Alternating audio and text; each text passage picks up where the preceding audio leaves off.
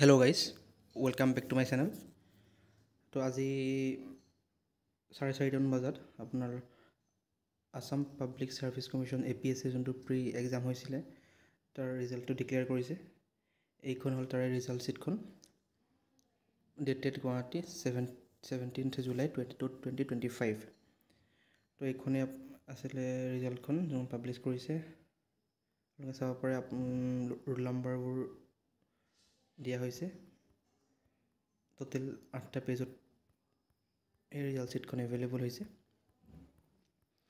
যিহেতু এবাৰ পেপাৰ যথেষ্ট টান আহিছিলে, গতিকে আপোনালোকৰ যদি কাৰোবাৰ ৰোল নাম্বাৰ নাথাকিও তেন্তে দুখিত নহ'ব আৰু নেক্সট বাৰৰ কাৰণে প্ৰিপেয়াৰ কৰক, নিশ্চয় ক্লিয়াৰ কৰিব পাৰিব।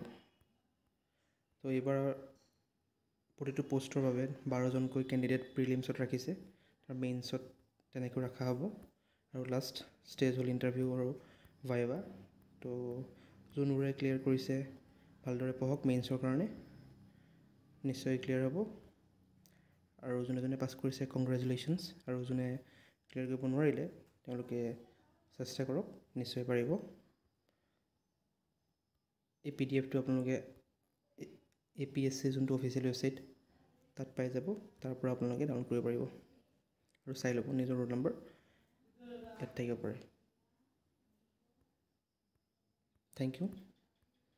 Please subscribe for more updates. Thank you.